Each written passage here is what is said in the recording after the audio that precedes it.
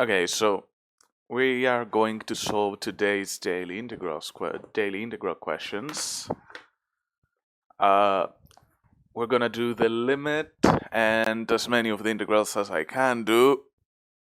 So the limit. Oh, okay, that is relatively easy. You can do L'Hopital's rule immediately here, but I make it a point when I solve these to try to avoid L'Hopital's rule as much as I can. And I can already see a way to solve this without using L'Hopital's rule. So what we're going to do is, if you know this from like an analysis or a calculus class, the Taylor series of cosine is this series over here, which we can expand as 1 minus a half x squared plus 1 over 24 x to the fourth minus 1 over 6 factorial. I don't remember what 6 factorial is. X to the 6 plus dot dot dot. So another way we can write this, and since we're taking the limit to 0 here, we can assume that since x goes to 0, this means that the absolute value of x is less than 1, meaning that x to the something, x squared, for example, is less than x, or that x to the fourth is less than x squared, or x to the sixth is less than x to the fourth, etc. So since that's the case, the cosine can be written as 1 minus 1 over 2x squared plus 1 over 4 factorial x to the fourth, and the rest of these terms have at least an x to the sixth here, right? So every one of these terms is less than or equal x to the sixth times some constant, let's call it Cn, okay? And we can basically, and since that constant is something like -1 to the k over 2k factorial, you can check that this series does converge because it's a decreasing series with an alternating sign. So this whole thing is actually something that is O of x to the sixth. This is big O notation. I don't know if you know how this works, but basically what I'm saying here is it's plus some other stuff that are less than or equal a multiple of x to the sixth. Now, why is that important? Because I can now create this fraction using what I just derived down here. What I'm gonna do is I'm gonna pull 1 over 4 factorial x to the fourth on this side, and I guess we can move the O of x to the sixth on this side, and on the other side I'm just gonna keep this, which is the numerator. Now I can divide by x to the fourth, but dividing something that's O of x to the sixth by x to the fourth just makes it O of x squared. So what I'm gonna do is I'm gonna end up with 1 over 4 factorial plus something that's O of x squared is equal to 1 minus 1 over 2x squared minus cosine x over x to the fourth. Now, since these are equal, the limit of this as x goes to 0, well, the function here isn't necessarily positive, but the way it's made, it's probably going to go to 0 as well. So this is just 1 over 4 factorial with a minus sign. And this is just the limit as x goes to 0, 1 minus cosine x minus 1 over 2x squared over x to the fourth. So this should be minus 1 over 4 factorial. Yes. And I assume they did something similar. We cannot see the solution. Oh well. Okay. And let's move on to integrals. Okay, we have product of sine and cosine, which, since this is the beginner integral, it's supposed to be relatively easy. So I think what it just wants us to do is to use the trig identity for product of sine and cosine, which hopefully I remember correctly. It's 1 over 2 sine a plus b plus sine a minus b, I think.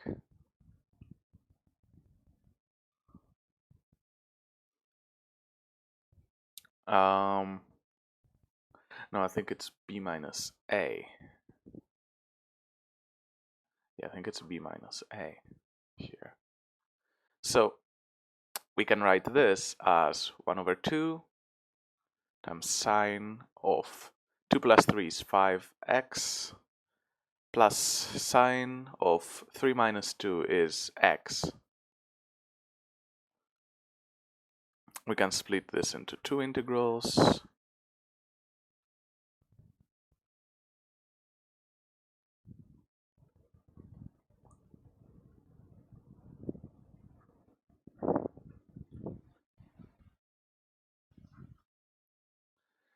The first one is 1 over 10 cosine 5x from 0 to pi over 2. The second one, no, there's a minus here. Yeah, there is a minus there. Minus 1 over 2. This is just cosine x from 0 to pi over 2. So we have, well, on 5 pi over 2, that is 2 pi plus pi over 2. So cosine is 0. So we should just get 1 over 10. And on the second, we should just get 1 over 2. So we get 6 over 10. So 0 0.6. 0 0.6, yes. Okay, that was one of the harder beginners, actually. I usually expect them to be like a very simple step, but this required an identity. So let's see the easy. Okay, what I can already see is that this is the derivative of this, and this is the derivative of this. So I can just let u equal this, and we get, for x equals 3, u would be square root of 9 minus 0. And for x equals 4, u would be 16 minus 12, so square root of 4, which is 2. Now the derivative here is 1 over 2 square root x squared minus 3x times the derivative of the inside, which is 2x minus 3. And this is exactly what we have here. So we can just absorb everything, but because we need to change this back, x squared minus 3 is just minus 3x is just u squared. So we get 1 over u squared plus e squared dx du. And this is an inverse tangent, which you can either remember by heart that 1 over x squared plus a squared dx is 1 over a inverse tangent of x over a. But just so that this is documented, I'm gonna include the derivation here.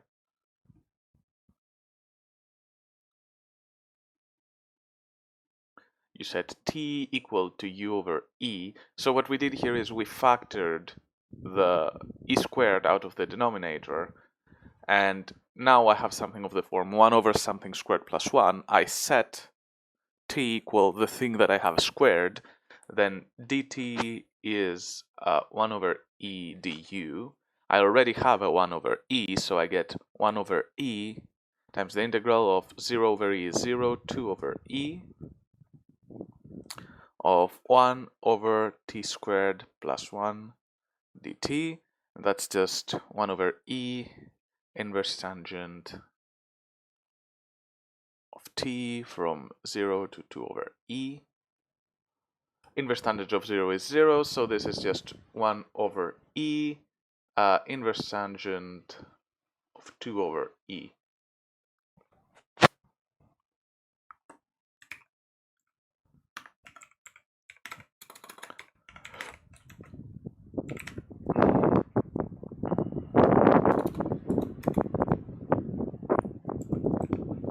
Oh, not e over 2. 2 over e. There we go. Okay, let's see the medium. This was relatively easy as well, but this is where the scary stuff starts. So, okay, I see a symmetric domain, and this is odd, this is odd, so they're even. The denominator is also even.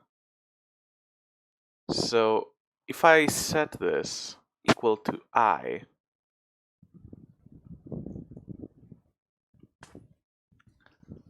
and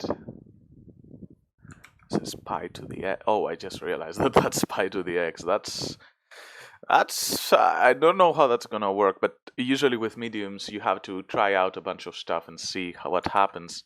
And yeah, what I'm thinking here is let's try to do a u equals minus x and see how it goes.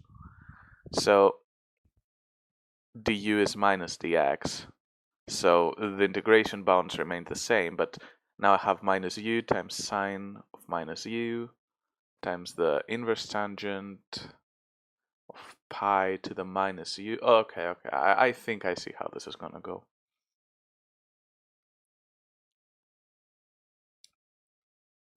So again, these are even, the product is even, this is also even, so in the end you get u sine u tangent of pi to the minus u 1 plus cosine squared of u du. Now here's something interesting. If I set y equals to the inverse tangent of 1 over x, then I apply a tangent on both sides. Then I do an x equals 1 over tan y, but tan y is 1 over tan y is just cotangent y. And then I take an inverse. I get that y is just the inverse cotangent of x, but y is also the inverse tangent of 1 over x. So we get a very useful identity that we can use here to relate this back to something that looks like this, and you're gonna see how that's useful later. So now we can write I as the integral of u sine u and inverse tangent of pi to the x. Now why can I do that? Because this is pi to the minus u, this is just 1 over pi to the u, so inverse tangent of 1 over pi to the u is just cotangent of pi to the u.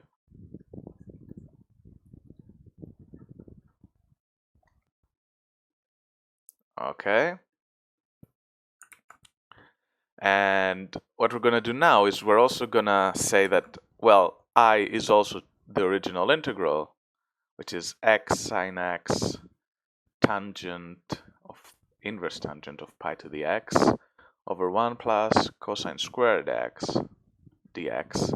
And we're going to add these two up and merge them to the same integral. So 2I is equal to the integral from negative pi to pi. Now, we're going to change all the u's here to x's, but that doesn't make a difference. It's just a dummy variable. So we're going to factor out this first part, and then we'll be left with inverse cotangent of pi to the x plus inverse tangent of pi to the x dx. And now I'd like to remind you that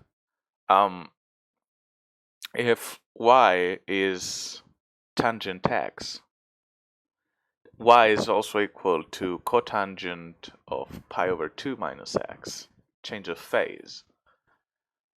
But if this is true, and we set x equals to inverse tangent of z, for example, then you get z equals cotangent of pi over 2 minus, well, inverse tangent of z.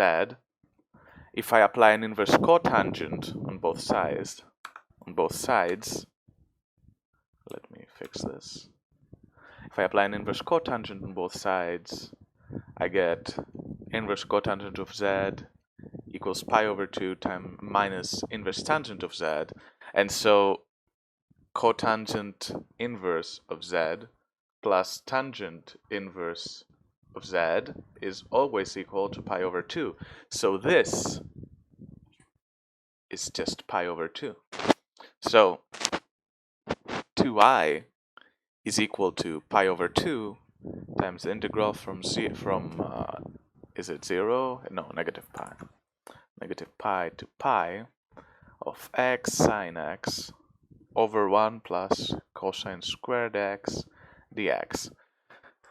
Now, what I'm gonna do is, this function is even because the numerator is even, it's the product of two odd functions, while the denominator is also even because, well, cosine squared. So what I'm gonna do is, this interval can now be reduced to the integral from 0 to pi of x sine x over 1 plus cosine squared x dx, as long as I multiply by a 2. I multiplied by a 2 here, and I have 2 times the integral is equal to pi over 2 times this. So 2 pi times this. So if I just divide by 2, I get that the integral is just pi over 2 times the integral from 0 to pi of x sine x over 1 plus cosine squared x. Now this is one of the classic integrals that can be solved using the u substitution pi minus x. The integration bounds remain the same. X becomes pi minus u. Sine x becomes sine of pi minus u. And the same is true about the cosine here. Now, notice something. This is equal to sine u, because if you think about it, so pi is here, you go minus u, and you also get u. These are two angles. This is u, this is pi minus u. Notice that the height here is the same, so the sine is the same, but this distance, while this distance is the same, they have opposite signs. So cosine is, well, cosine of pi minus u is negative cosine of u, but this is under a square, so it remains the same. This, on the other hand, just remains the same by default. So we get the integral from 0 to pi of pi minus u times sine of u over 1 plus cosine squared of u du. And I'm going to split this integral in two. Pi sine u over 1 plus cosine squared u du minus pi over 2 times the integral from 0 to pi u sine u over 1 plus cosine squared u du. Now notice that this is exactly the definition of I, so now we have, this is just, this over here is just I, so we can move it to the other side because we started as I is equal to that, so 2I is equal to pi squared over 2 times the integral from 0 to pi of sine u over 1 plus cosine squared u du. I'm going to now let t equal to cosine u, and then dt is going to be sine u du with a negative.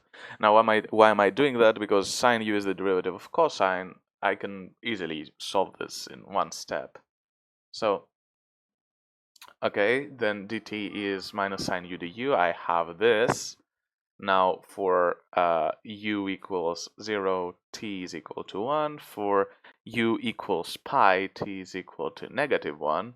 But we also have the negative from here, so we can just do the normal thing and go from -1 to 1. 1 over 1 plus t squared dt. This is just an inverse tangent.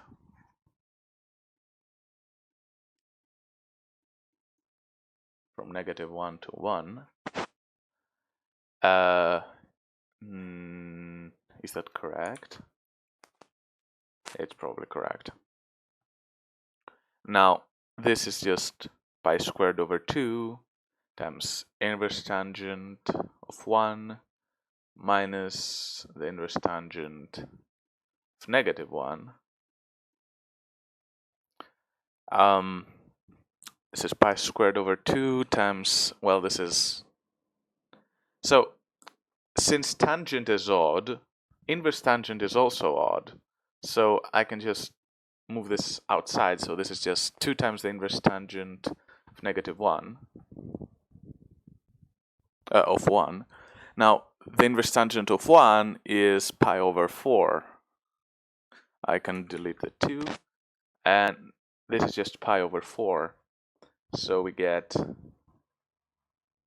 2i is equal to pi to the third over 4. So I is equal to pi to the third over 8. Hopefully I did not make any arithmetic. Yeah, okay. Hopefully I didn't make any arithmetic mistakes, I was about to say, because this is a long derivation over here. Like, I really would not love it if I had to go back and change some sign error somewhere, but yeah, luckily everything works. So let's go to the hard one. Hopefully we can solve this one. Ugh. What even is this?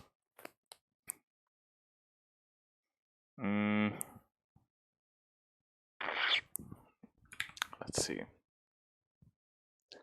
Can I... Usually on these you have to think about some weird analytic functions. I think I've got it figured out, so let's start from the beginning and slowly reach our conclusion. So we're asked to evaluate this integral, okay? And I claim that this is the Bose-Einstein distribution, okay? For m equals 0, and this evaluates to gamma of s plus 1 times the polylogarithm at s plus 1, well, of e to the mu, which in this case is 0, now is 1. Now the polylogarithm evaluated at 1 is just the zeta function.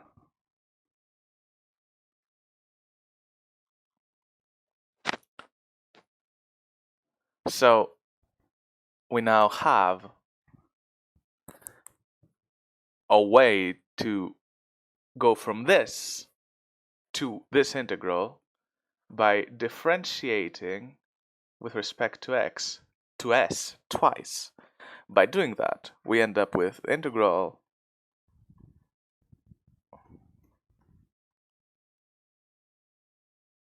e to the x minus 1 dx, and then we have the second derivative with respect to s of gamma of s plus 1 times zeta of s plus 1.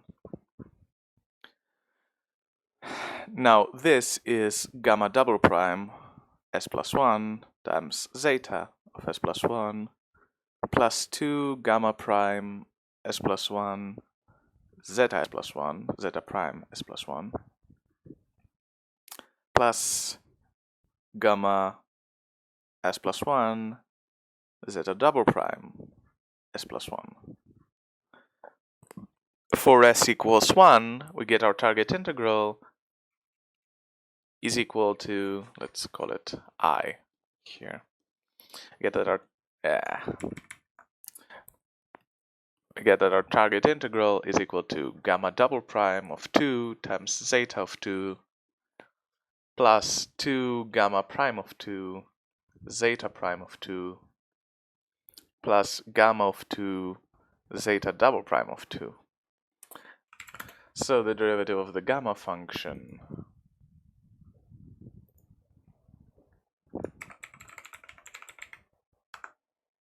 okay, there we go,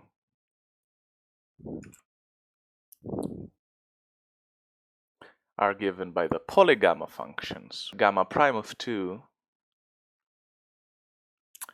So first, gamma of 2 is 2, right? Because it's just 2 factorial, which is 2.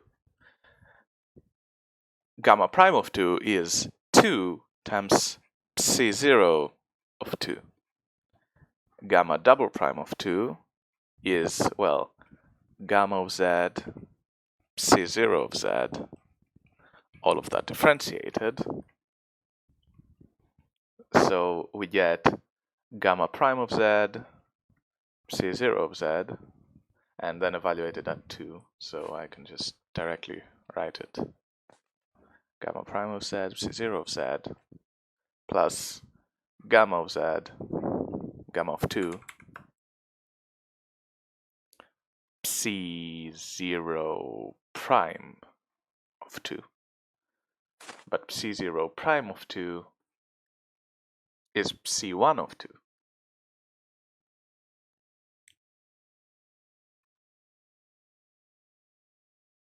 There we go. So now gamma prime of 2 is 2C0 squared of 2 plus 2 times C1 of 2.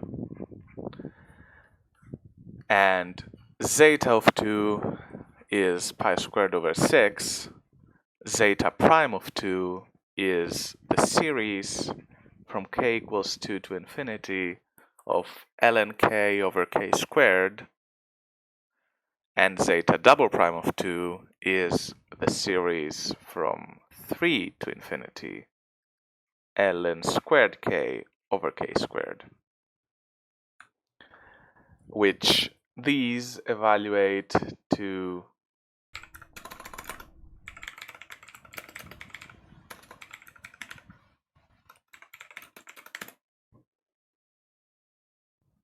is minus 0.937548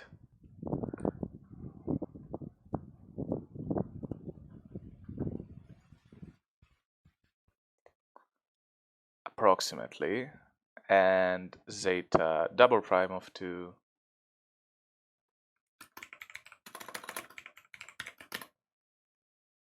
is 1.98928. 1.98928. Now we need the polygamma of 0.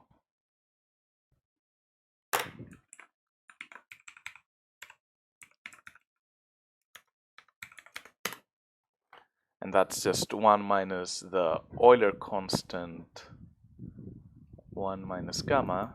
So this is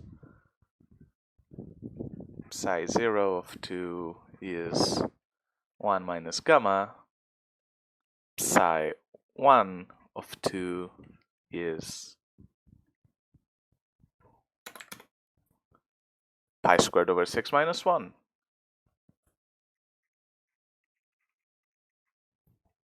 All right, okay. So now, after probably a bunch of suffering, which I'm gonna do off camera, I'm going to calculate what the final value of all of these are. Okay, so see you in a bit. I'm not sure what this is supposed to evaluate to, and I'm not gonna spend more time on it than necessary. I'm pretty sure the solution is reached through some way similar to this, but yeah, no, this is the best I could do. Okay, so thank you for watching. We will try again tomorrow. Again, thank you for watching and see you next time.